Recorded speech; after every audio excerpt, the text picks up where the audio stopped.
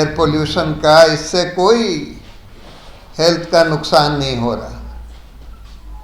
तो जब ऐसे लोग सत्ता में बैठे होंगे तो जाहिर है कि वो ना तो उनको कोई समझ है कि क्या प्रॉब्लम है, कितनी सीरियस प्रॉब्लम है, और अगर जितनी समझ भी है तो उनको उससे कोई फ़र्क नहीं पड़ता, क्योंकि वो तो अपने एयर प्यूरिफायर्स में बैठे होते हैं अपने अपने महलों में।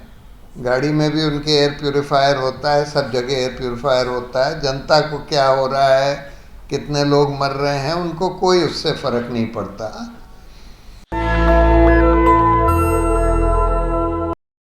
जैसे आप जानते हैं, दिल्ली, और सिर्फ दिल्ली ही नहीं, हिंदुस्तान की बहुत सारे शहरों में अप्रत्याशित प्रदूषण, एयर पोल्यूशन चल रहा है। और सारे ही मेडिकल साइंटिस्ट ये कह रहे हैं कि इससे स्वास्थ्य को बहुत नुकसान हो रहा है। कुछ लोग ये कह रहे हैं कि जो आज बच्चे पैदा हो रहे हैं दिल्ली में और दिल्ली में रहने वाले हैं, उनकी उम्र 8-9 साल कम हो जाएगी इस प्रदूषण की वजह से।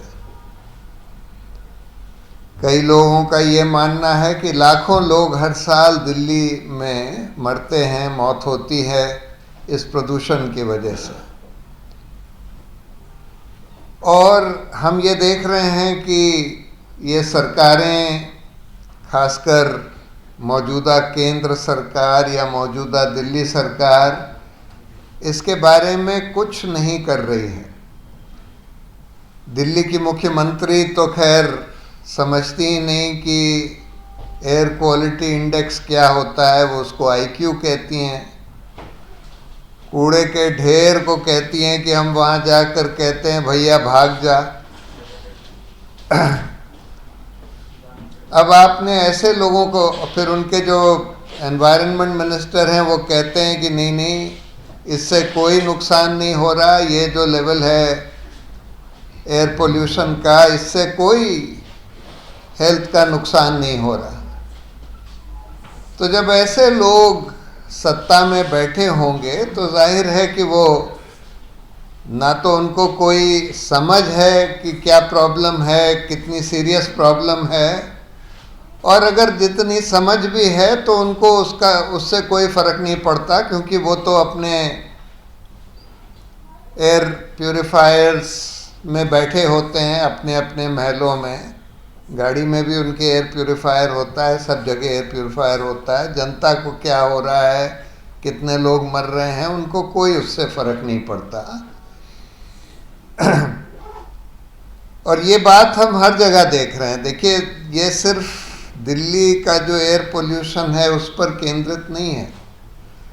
जितने भी एनवायरमेंटल रेगुलेटर्स हैं, सब इन्होंने ऐसे बना दिए हैं, जैसे जो एनवायरमेंटल क्लियरेंस देने वाली बॉडीज़ हैं, वाइल्ड लाइफ क्लियरेंस देने वाली बॉडीज़ हैं, पोल्यूशन कंट्रोल बोर्ड्स हैं, सब ऐसे हैं कि वो हर तरह का एनवायरमेंटल डैमेज का अनदेखा कर रहे हैं।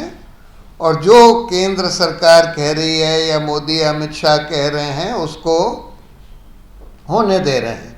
वो कहते हैं कि भाई अडानी को हम अरावली की माइनिंग देना चाहते हैं तो इसका डेफिनेशन बदल दो, उन्होंने बदल दिया।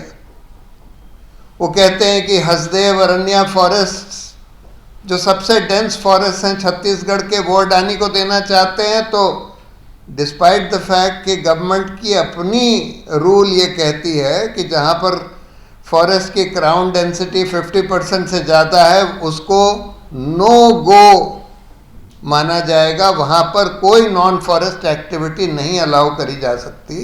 उसके बावजूद फॉरेस्ट क्लियरेंस, एनवायरमेंटल क्लियरेंस, सब कुछ अडानी को दे दिया जाता है वहाँ पर कोल माइनिंग करने की।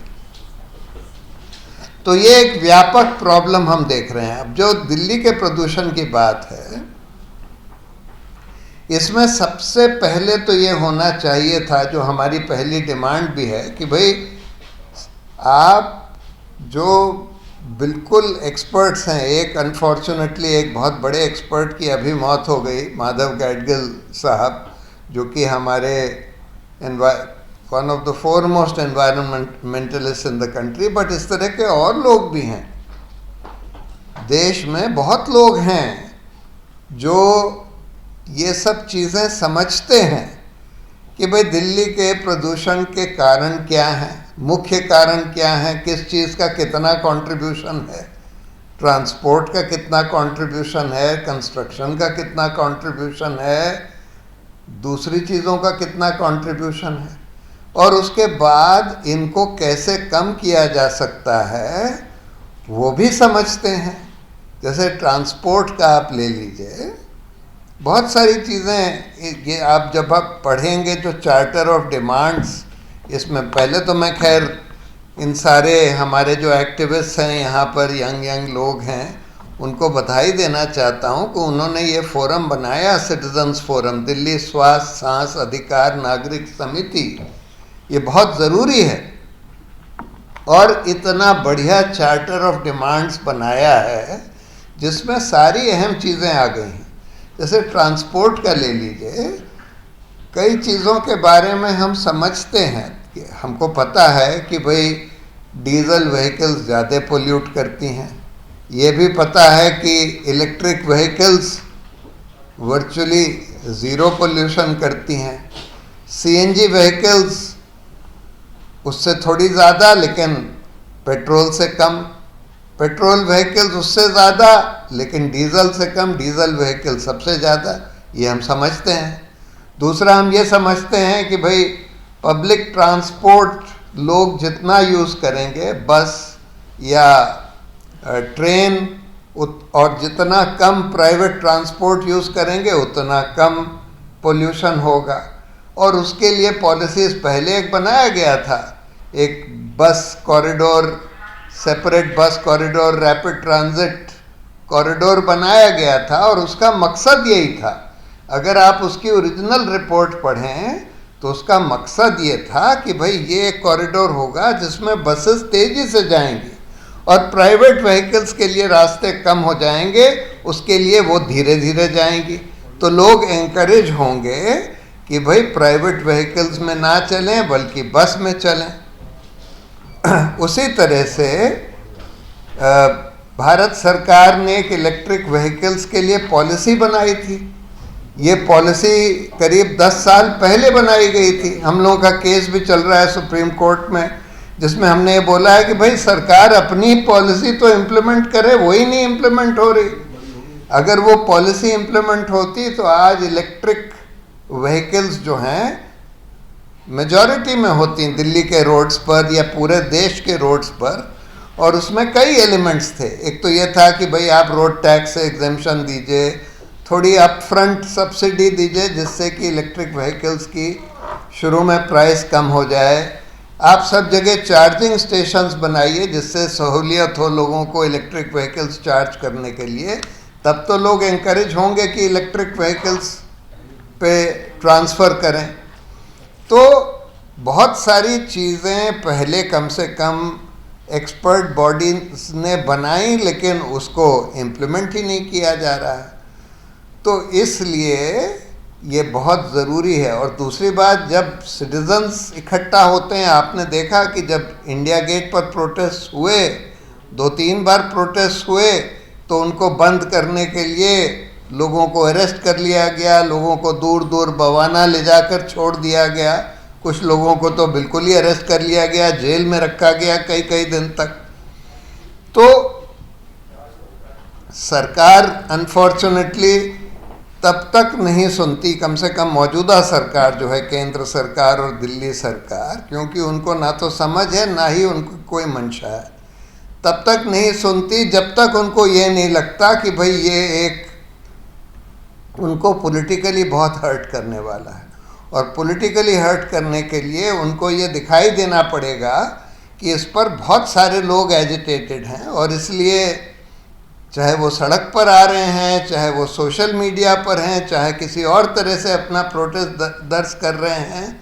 और इसलिए ये बहुत अच्छी शुरुआत हुई है कि इस तरह का मंच बना है जिसमें बहुत सारे citizens organisations, specially youth organisations इकट्ठा होकर साथ आए हैं। और मैं इन सब को बधाई देना चाहता हूँ।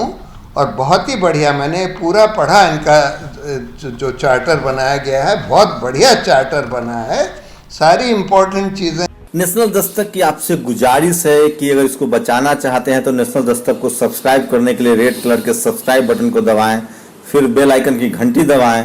नेशनल दस्तक को बचाने के लिए बहुत ज़रूरी है कि हर खबर को शेयर करें, लाइक करें, कमेंट जरूर करें।